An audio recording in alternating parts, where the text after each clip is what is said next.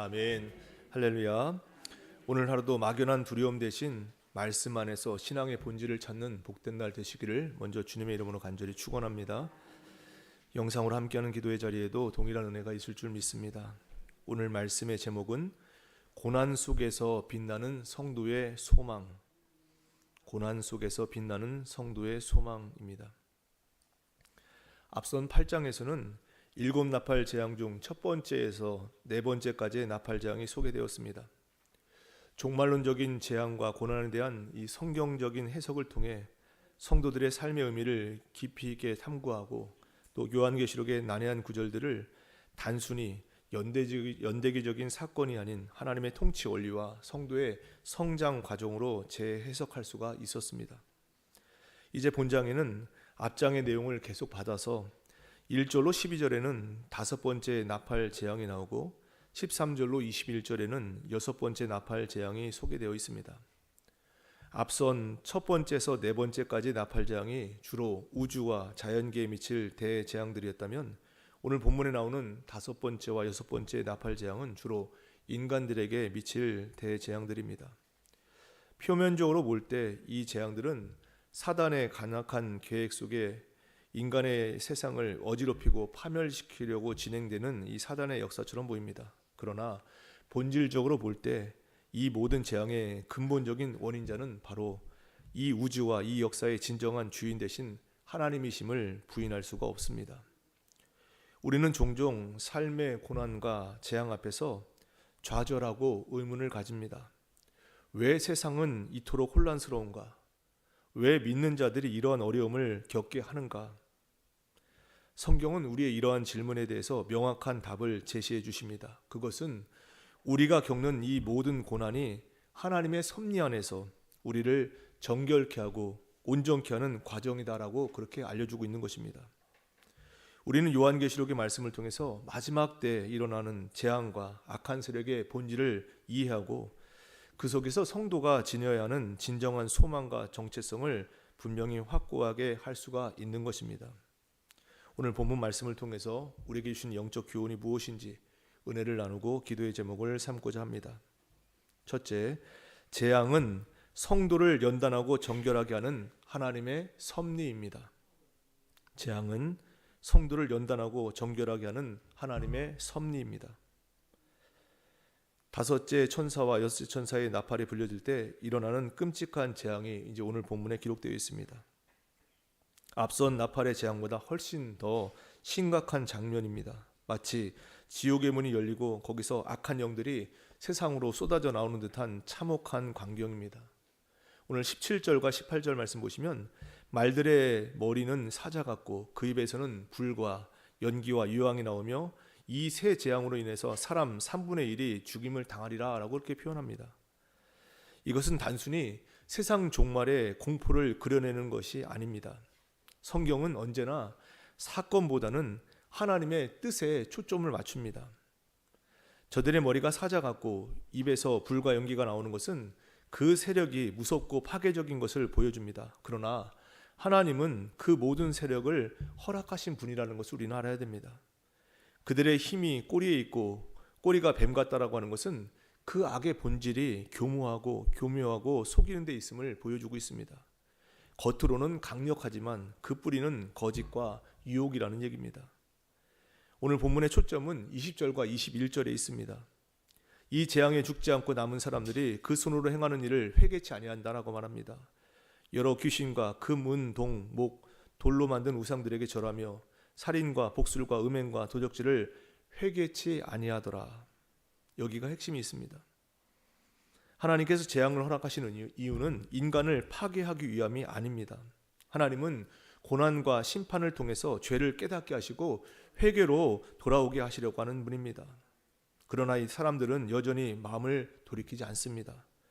인간이 갖는 가장 큰 비극은 그 고통 자체에 있는 것이 아니라 고통을 통해서도 하나님께 돌아오지 않는 완고한 마음인 것입니다. 14절 말씀에 큰 강 유브라데에 결박한 네 천사를 놓아주라 라는 말씀이 나옵니다. 유브라데 강은 성경에서 종종 하나님을 대적하는 세력을 상징합니다. 고대 이스라엘 역사에서 이 강은 아수르와 바벨론 같은 강대국이 이스라엘을 침략할 때 넘나들던 경계선이었습니다. 이사야 8장에서도 유브라데 강이 범람하는 것을 아수르의 침입을 시적으로 묘사한 것으로 등장합니다. 그러나 하나님은 그 침략조차 당신의 백성을 멸망시키기 위한 것이 아니라 정결하게 하시는 그런 도구로 사용하셨다는 얘기입니다. 오늘 우리의 삶에도 마찬가지입니다. 때로는 우리를 괴롭게 하는 사건이 있을 수 있습니다. 우리의 신앙을 흔드는 고난이 유브라데 강처럼 밀려올 때도 있습니다. 그러나 그것은 곧 하나님의 심판이자 연단의 강이라는 것입니다. 하나님은 그 강을 건너서 우리를 새롭게 하시는 분인 것을 잊지 마시기 바랍니다. 요한계시록의 재앙들은 모두 통제되지 않은 혼란이 아닙니다. 하나님은 천사들에게 놓아주라라고 명령하시며 그들의 행동의 때와 범위까지도 정하십니다.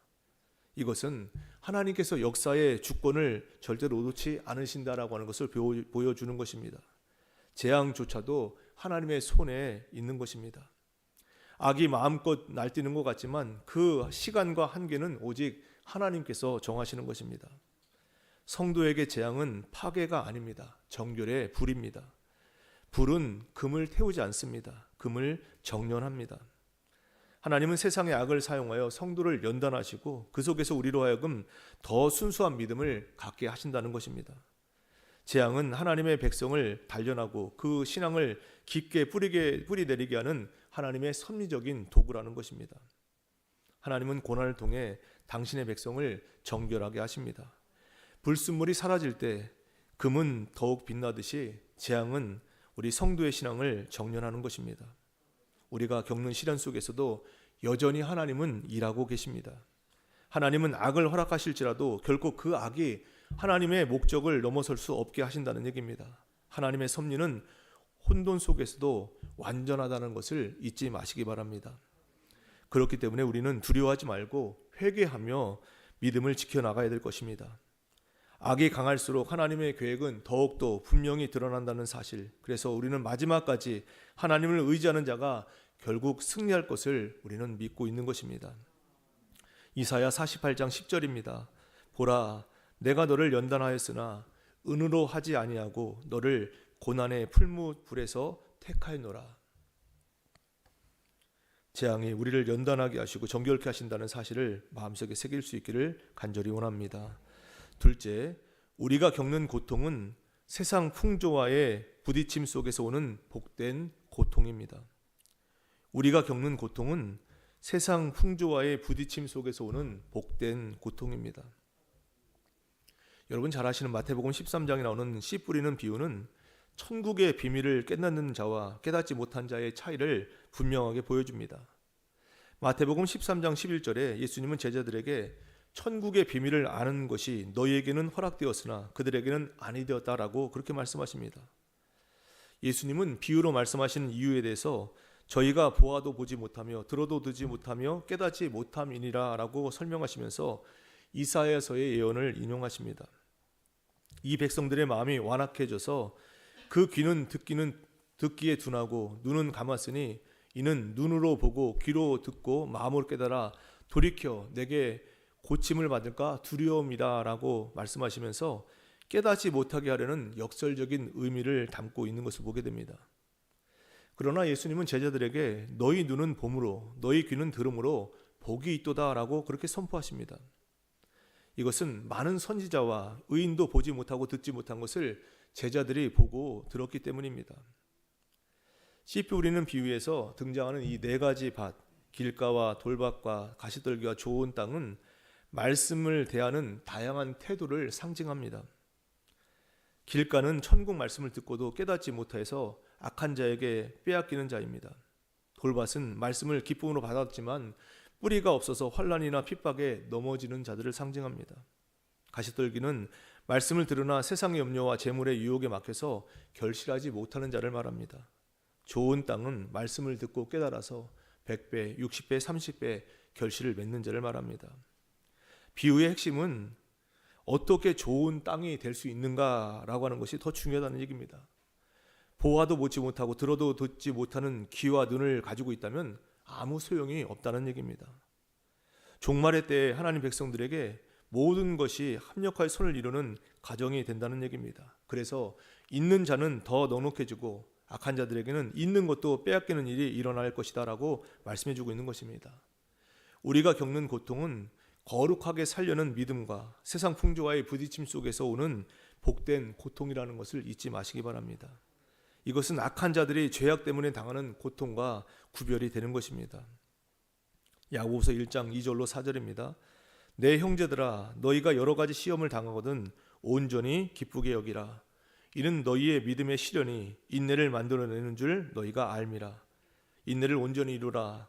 이는 너희로 온전하고 구비하여 조금도 부족함이 없게 하려 함이라. 오늘도 우리가 겪는 고통이 무엇을 의미한지를 마음에 새기시고 담대함을 가지고 오늘 이 하루를 살아갈 수 있게 되기를 간절히 원합니다.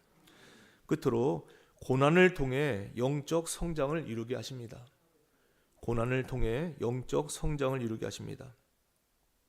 마태복음에 나오는 말씀처럼 있는 자는 더 넉넉해진다라고 표현하는 것, 우리가 바로 있는 자라고 하는 것을 잊지 마시기 바랍니다.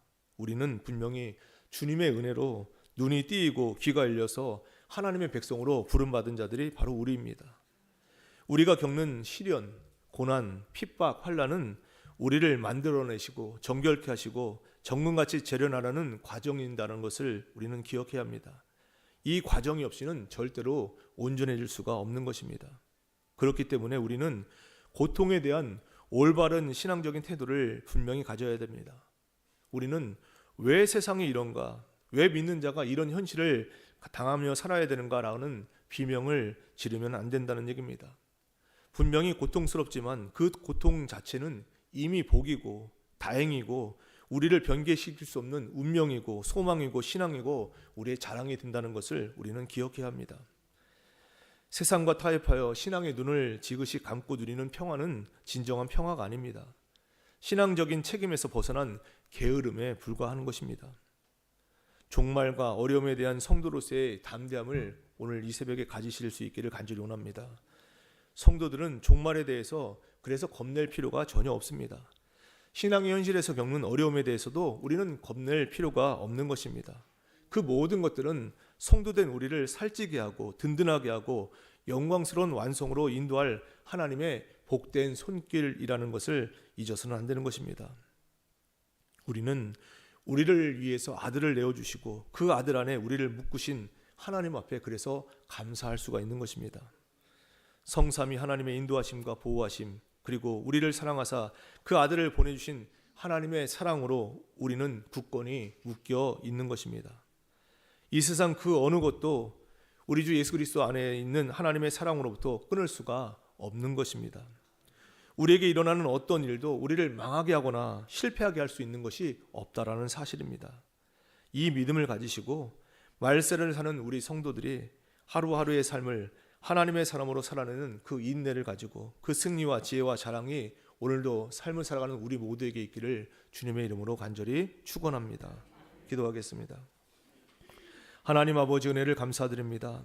오늘도 새벽전을 쌓게 하여 주셨사오니 성령의 능력으로 거룩한 변화를 경험하는 저희들 모두가 되게 하여 주시옵소서. 주신 말씀 마음판에 깊이 새기게 하여 주시사 악한 세력의 위협과 고난이 오히려 믿는 자를 더욱더 정결하게 하고 온전하게 하는 과정임을 깨닫게 하여 주시옵소서.